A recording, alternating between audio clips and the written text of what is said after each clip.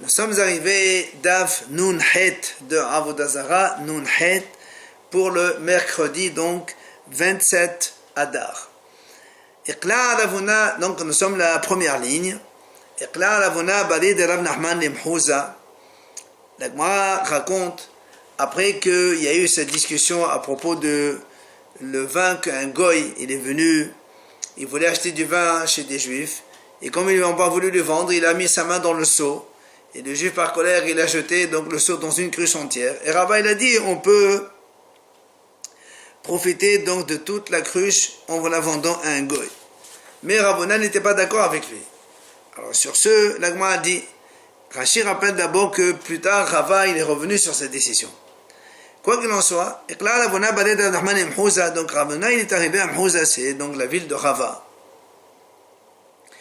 Amal et Rava, les Rav Elakim Sham'ai, Rava, il a dit à son serviteur Rav Elakim, il a dit, Tolok galé, ferme la porte, ne laisse pas entrer de là, ni to enche de netrad.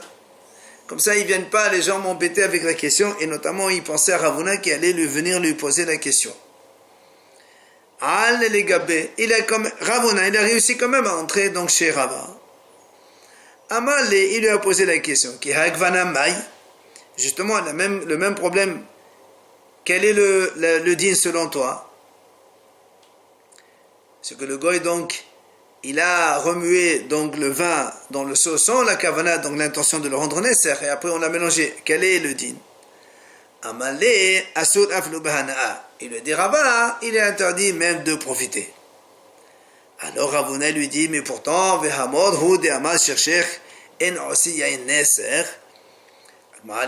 Ravuna lui dit à Rava, mais pourtant c'est toi-même qui as dit que quand un goy bouge le vin, il remue donc, ça c'est pas yain neser. Alors il lui répond Rava, emode amre ana leval me demeh de hamra. Demeh de hamra me amre. Alors Rava lui dit, moi, quand j'ai dit que c'est permis, c'est tout le vin en dehors du seau que le goy a touché. Mais l'argent de ce seau-là, c'est sûr, de ce seau que le goy a remué, c'est certain que c'est un seau. Amar Rava, il a dit Rava, et donc en fait, dit que, en vérité, Rava, il a dit ça parce qu'il avait honte de revenir sur ce qu'il a dit. Mais lui, il avait tout autorisé précédemment, on l'a vu dans la page précédente. Et là-bas, il dit, quand je suis venu, il me dit, Akfan Nahmani Shma'atita Matnita Deasir. Nahmani, donc il fait allusion à Abaye, il m'a objecté aussi bien des enseignements des Hacham et d'Amoraï, mais aussi des Braïtot. Comme quoi c'est Assour, alors que moi j'ai dit que c'est Mouta. Et c'est pour ça que Rava, par la suite, il a changé d'avis. Alors c'est quoi Shma'atita? Elle m'a dit, le même cas s'est passé à Nherda.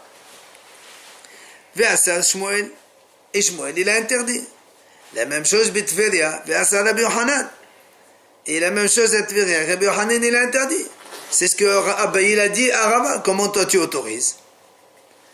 Moi je lui dis, les filles chez Nan Bnei Torah.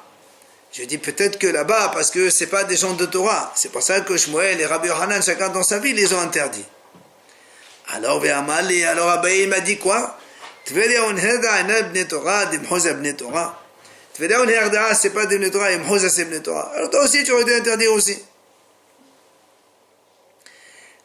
Et Rabbi dit, maintenant, voilà l'objection de la Braïta que Abaye lui a fait. Agademim en ved kohavim. Agardemim, c'est quelqu'un qui est nommé par le roi pour justement contrôler les mesures, que les gens ne trichent pas dans les mesures.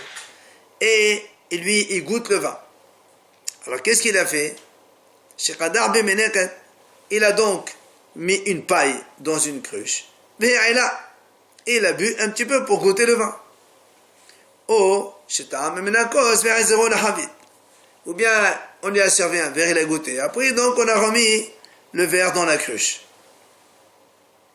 La Gemara dit c'était une histoire. Et les Hachamim ont interdit. Alors la Gemara dit n'est-ce pas que c'est de profit? Et donc c'est la même chose comme le cas de Rava où le monsieur n'a pas fait avec l'intention de Nesser, de faire rien. Et pourtant c'est interdit de profit. Alors la Mahdi lui répond, là, bishtiya. La Mahdi dit peut-être que non, là, les Haramim ont interdit seulement de boire, mais on peut profiter comme il a dit Rava. Alors la Mahdi dit si c'est comme ça, quand tu me dis que c'est assour seulement bishtiya, pourquoi tu dis assour? Tu n'as qu'à dire yimacher. Comme on a vu d'ailleurs le cas, que Tratan et Sefa, juste après la Sefa, elle enseigne là-bas, haram ovet kohavim. C'est-à-dire quelqu'un de fou, un petit peu un excité, qui agit très vite. Un goy, Sheoshit Yado la Havit, il a mis sa main dans une cruche, pour savour chez le Shemeni. Il pensait que c'était de l'huile. Et après il s'est avéré que c'était une cruche de vin. Il y avait une histoire comme ça, et on a dit là-bas, donc tu vois bien que là-bas, comme on a autorisé de profiter, parce que le goy il pensait que c'était de l'huile, et c'est avec c'est du vin, donc on a autorisé de le vendre. Alors pourquoi on n'a pas dit les mêmes choses ici dans le goy qui a planté une paille pour goûter le vin, donc ce fameux contrôleur du roi pour mesurer le vin? On n'a pas dit maher. Si on a dit asso, ça veut dire qu'asso même bahana'a. Alors l'agma a dit effectivement, tiufta de Rava, tiufta. Et c'est une objection contre Rava. Et c'est pour ça d'ailleurs que Rava il est revenu de ce qu'il a donc décidé auparavant. L'agma raconte, Rabbi Yochanan ben Azab et Rabbi Yosef ben Nehorai. Il y avait deux hachamim, ils étaient en train de boire du vin. Sur ce, il est rentré un homme, ils lui ont dit, serre-nous. Donc verse le vin dans les verres, serre-nous. Les bata de la main les cassa, après qu'il leur a servi dans le verre chacun, et il s'est avéré que c'était un goy qui leur a servi. Alors, la Gemara a dit, les deux hachamim, had asad aflu bahana, had shari aflu bishtiya. Un, il a interdit le verre de boire, même pas de le vendre, de profiter d'un gasseau. Et l'autre, il a autorisé même de boire le vin. Et, Amad Rabbi Yoshua ben Levi, il a dit à Rabbi Yoshua ben Levi, Mande Asad, Shapir Asad. On m'a décharé, Shapir Charé. Rabbi Yoshua ben Levi dit, celui qui a interdit même de profiter, il a raison. Et celui qui a autorisé même de boire, il a raison aussi. Et il explique. Mande Asad, celui qui a interdit, donc de profiter, pourquoi? Parce que lui, il dit comme ça. Mais moi, le goy, il se dit comme ça. Ça, kadaté de Rabbanan, qui hané, shechra kashatou, est-ce que les hachamim qui sont là, ces hachamim qui sont donc vraiment importants, ils croyaient que c'était de la liqueur pour me demander que je leur serve? Et la badaï hamrahu. C'est sûr, ils savaient très bien que c'est du vin. Alors, Vénasre, et donc le goy, il savait, il se dit comme ça.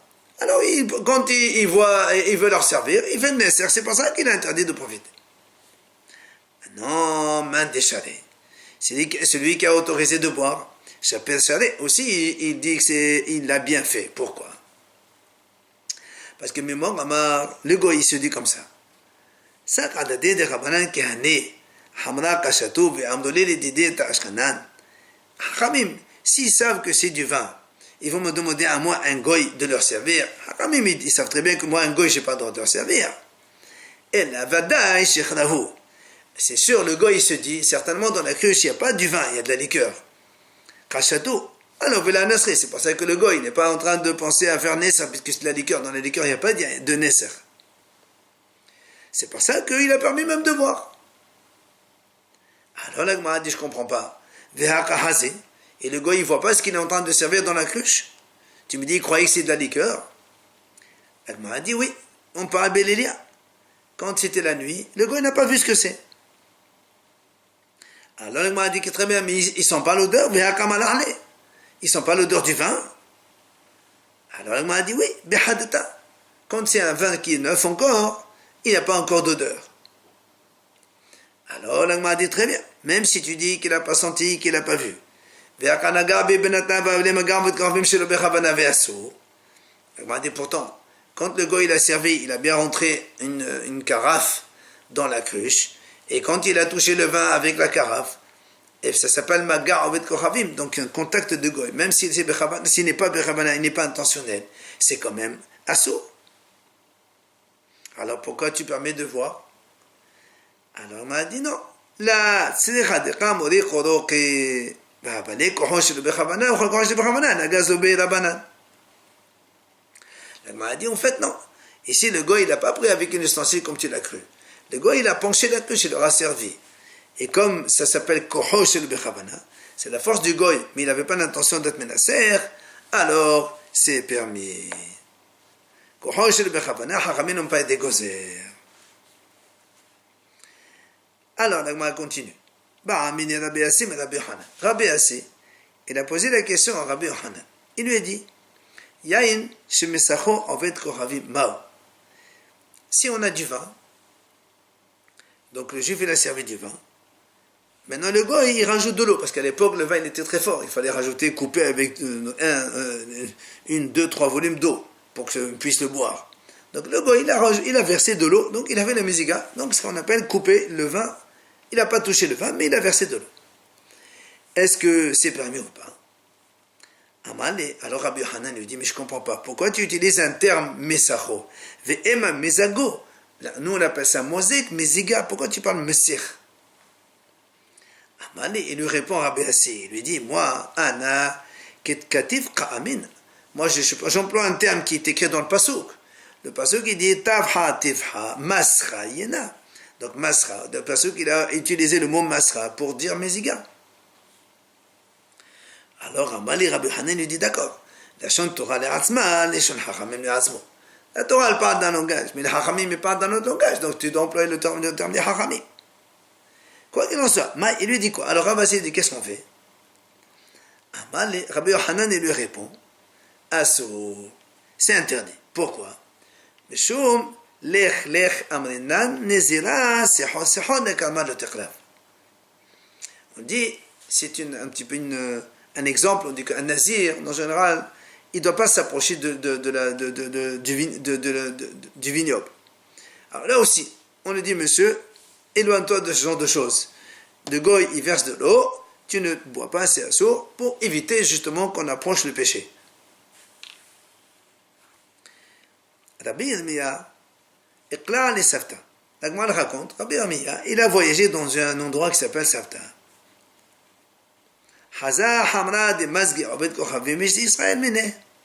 Il a vu, donc du vin, que le goy versait de l'eau, donc il coupait comme chez nous. Et le Bnei Israël, il buvait. Il leur a interdit, comme chez nous, comme il a dit Rabbi Yochanan, Mishum, pour la même raison, pour éloigner donc les gens du péché. Alors on a évité. Et Manami, et l'agma ramène l'enseignement Amar Rabbi Yochanan. Donc soit Rabbi Yochanan, soit Rabbi Yochanan. Yain shemezago avec kochavim asur. Mishum lech lech amnetan nezera sehon sehon lechan malot tekrav. Donc l'idée qu'on vient de dire, qu'un vin que le goy seulement il a coupé, donc il a versé de l'eau dans le verre du vin, dans ces cas-là c'est assourd parce que là aussi on dit, donc éloigne-toi du péché, comme pour le nazir on lui dit de s'éloigner donc du vignoble. Rish Lakish, raconte encore une autre histoire. Rish Lakish est là les Botsra. Il a voyagé dans une ville qui s'appelle Botsra.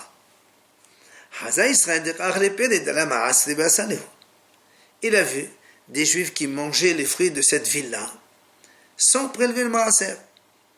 Et lui, il leur a interdit. Pourquoi? Il croyait que Botsra, c'est la ville Betzar Bamidbar qui a marqué dans la Torah El Samishor. Et comme c'est une ville d'Israël, il faut prélever le maaser avant de fruits. Donc on n'a pas le droit de manger sans prélever. Deuxième chose, il a vu qu'il y avait là-bas donc une source d'eau, que les goïms se prosternaient devant. Et après les Bnei Israël, ils venaient boire de l'eau. Alors il leur a interdit aussi. C'est un saut en Vodazara. Ensuite, Rish Lakish, il est venu chez Rabbi Yochanan, il lui a raconté ce qu'il a fait. Amal Rabbi Yochanan, il lui dit à Rish Lakish, Admak tolach alach zil hadar. Donc tu es encore habillé comme ça, retourne vite et tu corriges ce que tu as fait.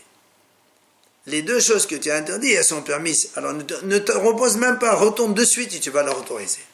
Pourquoi? Premièrement, il lui dit, Betzer, la wahaynu botzra. La ville Betzer Bamidbar qui est marquée dans la Torah, qui fait partie de la ville d'Israël, d'Israël, c'est pas Botzra où tu as été toi. Là-bas, c'est un Houssa'az, donc on peut très bien manger sans prélever. Et deuxièmement, Umaim Shel Rabim et Nesarin. Et les eaux publiques, les eaux donc d'une collectivité, même si le goy il se prosterne, on ne peut pas les interdire, ils ne sont pas interdits. Et l'Agma dit, Rabbi Yohanan est armé, comme il a, donc Rabbi Yohanan avait dit auparavant. Amar Rabbi Yohanan, Mishum Rabbi Shimon ben Yosadar, Maim Shel Rabim et Nesarin. Les eaux donc de la collectivité, ils ne sont pas interdits. Alors, bien l'Agma dit très bien, Mashma Hadi Ahid Nesarin. Mais si c'est de l'eau donc d'une source d'un privé et que le goy se prosterne, alors ils deviennent assourds. Mais t'es pour les déhabim mehubbarininu. L'Agma dit pourtant c'est mehubbar. Et nous on sait très bien que quand c'est mehubbar, un goy il ne peut pas interdire à cause de Avodah Zara quand quelque chose il est attaché au sol. Alors l'Agma dit oui c'est vrai. La slicha de talshinhu galla. L'Agma dit non ici c'est qu'il y avait comme des vagues et donc quand ils étaient en l'air, c'est là où le goy s'est prosterné, et donc, c'est par mehubbar, et c'est pour ça que ce serait assour. Alors, bien l'Agma a dit, mais sauf, Avneha Shenedad Deloninhu, parce que l'Agma a dit, mais sauf, finalement, c'est comme les pierres d'une montagne qui se sont arrachées, qui sont tombées d'une montagne. Or, nous, on sait qu'une montagne, même si les goyim se prosternent devant une montagne, elle n'est pas interdite. C'est vrai, il y a eu une mahloket. Quand les pierres d'une montagne, quand les goïms ils ont donc adoré une montagne, on a dit que la montagne elle n'est pas interdite. Mais si après des pierres sont tombées de cette montagne-là, est-ce que les pierres elles sont interdites ou pas? Là-bas il y avait une mahlokat entre les enfants de Rabbi Haya et Rabbi Yohanan. Et on ne savait pas, un il a dit assour, un il a dit moutar. Et on ne sait pas qui a dit assour, qui a dit quoi. Alors il m'a dit donc dans ces cas-là, c'est la même chose que les pierres d'une montagne qui se détachent de la montagne. Comme ici, tu m'as dit l'eau, elle s'est détachée par des vagues du fleuve, donc qui étaient donc collées au sol. Alors, Tistayem de Rabbi Yohanan de Amad Asurat. Alors on va dire, comme ici, tu as dit Rabbi Yohanan, il dit que c'est assour, l'eau qui se détache donc du fleuve. Alors là-bas, dans le cas de pierres qui se détachent de la montagne, alors on va dire que c'est Rabbi Yohanan qui a dit que c'est assour. Alors l'Agma dit non, c'est pas pareil. Pourquoi? La sriqa de tafhinhu biyadeh. L'Agma dit c'est pas du tout la même chose. Pourquoi? Ici, dans le fleuve, c'est le goy qui a enlevé avec ses mains l'eau du fleuve. Alors c'est comme si lui qui les avait avec ses mains, après il s'est prosterné devant, c'est pour ça qu'on peut les interdire. Alors que les pierres de la montagne, elles sont tombées toutes seules, c'est pas le goy qu'il les a enlevés. Et donc c'est pour ça que on ne peut pas comparer les deux situations. Et donc c'est pour ça que l'eau, si elle était de Hid, alors c'est assour selon tout le monde.